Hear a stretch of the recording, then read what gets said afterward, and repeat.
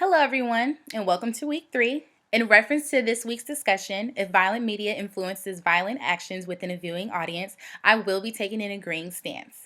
While many researchers often disagree about the relationship between watching violent television programs and aggressive behavior in children, according to research published online in the Oxford Journal Social, Cognitive, and Effective Neuroscience, watching violent films, TV programs, or video games desensitizes teenagers, blunts their emotional responses to aggression, and potentially promotes aggressive attitudes and behavior.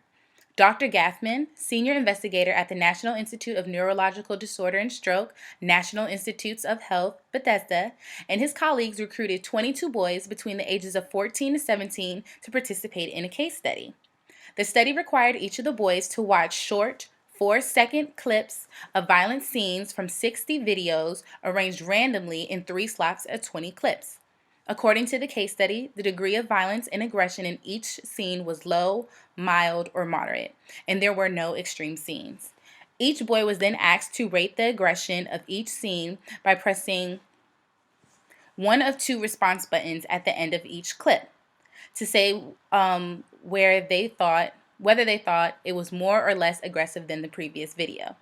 Dr. Gaffman and his colleagues were able to collect data on the participants' brain functions while they watched the video, as well as monitor the electrical conductance of the skin through the attachment of electrodes attached to the fingers of the boys' non-dominant hands. Now, this is a sensitive method of measuring people's emotions and responses to internal and external stimuli. At the end of the case study, Dr. Gaffman claims that they found that as boys were exposed to more violent videos over time, their activation in brain regions concerned with emotional reactivity decreased. Researchers also found that the most exposure to violent media the boys who had the most exposure to violent media in their daily lives through an initial screening test showed their greatest desensitization. The claims that violent media exposure has an effect on our desensitization were backed up through extensive research and testing.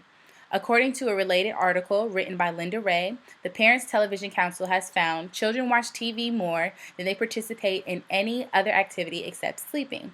The average American child watches an average of 4 hours to TV every day, and 54% of kids have TV sets in their bedrooms, making their viewing habits even more unprotected. Children often mimic what they see, as we know.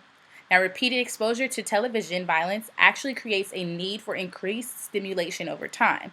Studies have also shown, reports the Media Awareness Network, that kids who watch a steady diet of violent programming have a higher risk of becoming violent in real life as adults.